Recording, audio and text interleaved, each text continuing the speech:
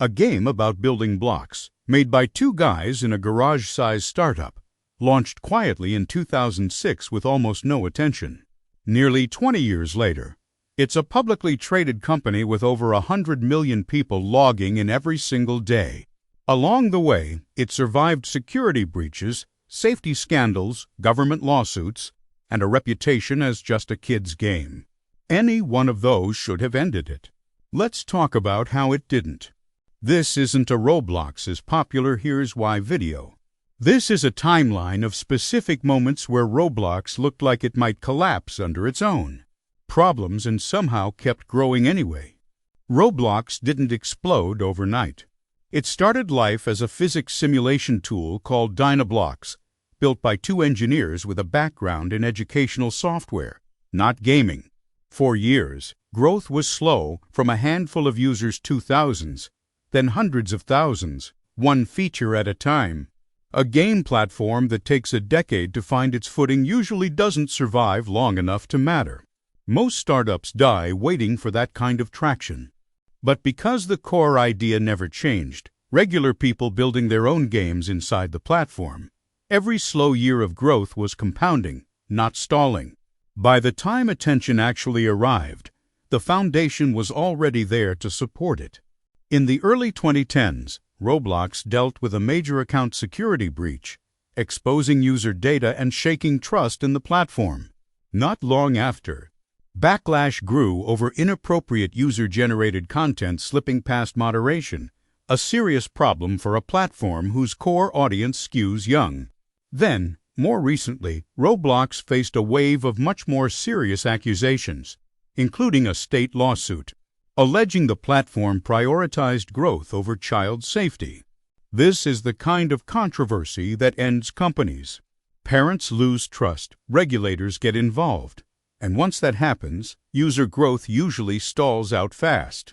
Instead, Roblox kept investing in the fix rather than treating the criticism as a PR problem. Parental controls, chat filters, stronger moderation systems, and safety features rolled out repeatedly over the years. It didn't erase the criticism, but it meant the platform kept a path back to trust every time a new scandal hit, instead of a single scandal being the one that finished it.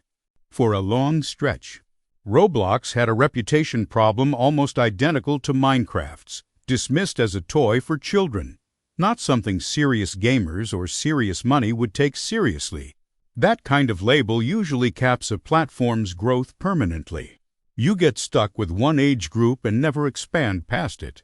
Except Roblox built an actual economy underneath the games. Robux, a developer exchange program letting creators cash out real money, and eventually a public stock listing in 2021. Kids weren't just playing on Roblox. Some of them were building small businesses inside it. That turned Kids Game from a limiting label into something closer to a talent pipeline, a platform where the next generation of game developers was already training itself before some of them could legally drive. Around 2021, Roblox rode the metaverse wave hard, going public right as tech companies were racing to own the term. Then the hype collapsed.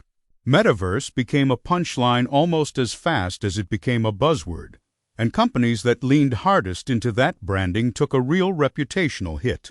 A platform this tightly associated with a dead trend should have gotten dragged down with it. But Roblox's actual product was never dependent on the word metaverse being cool. It was dependent on people building and playing games, which they kept doing regardless of what analysts called it. The buzzword died. The daily user counts didn't. None of this means Roblox is bulletproof.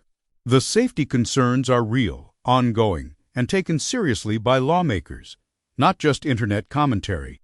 Developer compensation is still a contested issue, with plenty of creators arguing the platform's revenue split isn't fair given how much of Roblox's value comes from their work.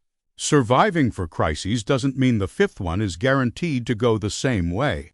Roblox's story isn't one big breakout success.